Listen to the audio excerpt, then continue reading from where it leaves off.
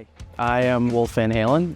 I've been with the Dario my whole life, with Van Halen on bass. There's just nothing better.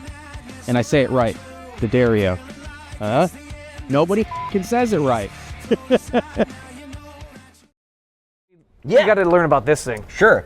So this is, all right, this is a... I'm going to do it. I'm going to call it a Frankenstein. It's a little bit of a Frankenstein, yeah.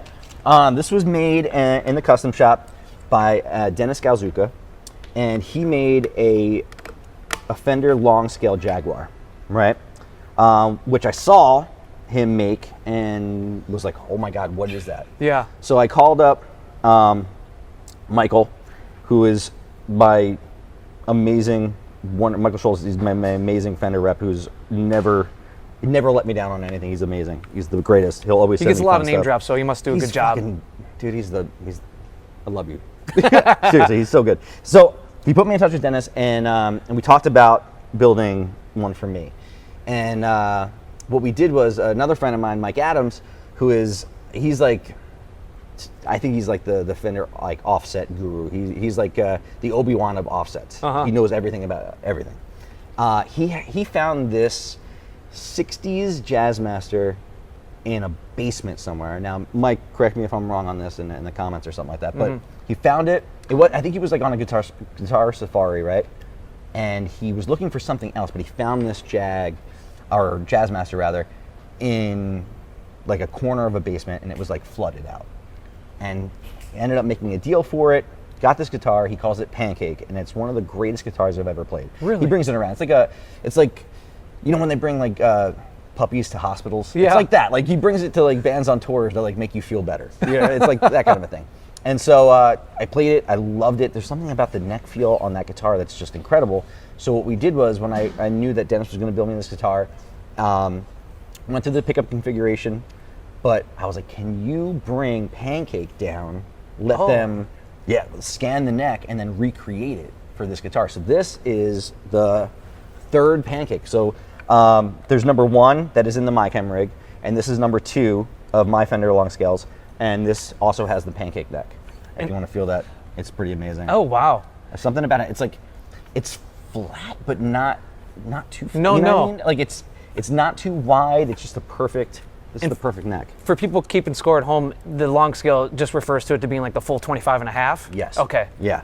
So to me, I think of it as like the middle ground between your Jazzmaster and your Jag. You know what I mean? It's like kind of like your Jag and a half. Sounds terrible. Now, what are you using this for in comparison to the Stingray in terms of like set list? All right, so this is the last 3 songs on our set list for this tour. This is Permanent Rebellion. This is the Past Lives guitar. This is the first single off of Violet. This is Fatal Deluxe. Okay. It has a built-in kill switch. For Permanent Rebellion, you got to have That's straight noise. Exactly. Yeah. Yeah. So that comes in very handy here. That's how you play that, by the way. And tab that, kid. Yeah. Tab that. These are just blacked out gold foils. Cool. And then you have your P90 in the bridge position. There's a built-in kill switch. Nice. Yeah, these control all 3 pickups, and then your cutoff. How do you normally run it on those last 3 songs? With the P90, or are you going I do gold with the foils? P90. Okay. Yeah, I do with the P90 on that, and I tape them off just because on this tour, those are the 3 songs that we're using it for. Got it. Yeah. Can we hear a little bit of it? Yeah, sure.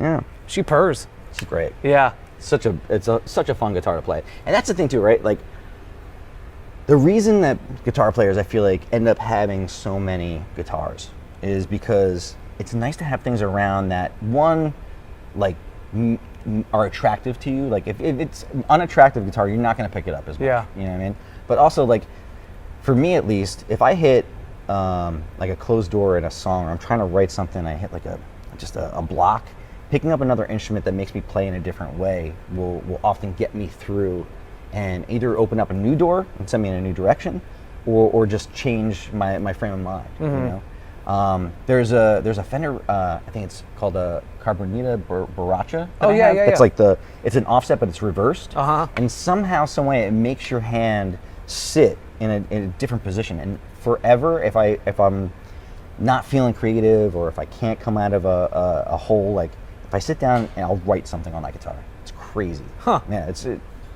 if you can get your hands on one, I found I had to find mine in Italy. They're hard to Damn. find. Yeah, they're hard to find. Well.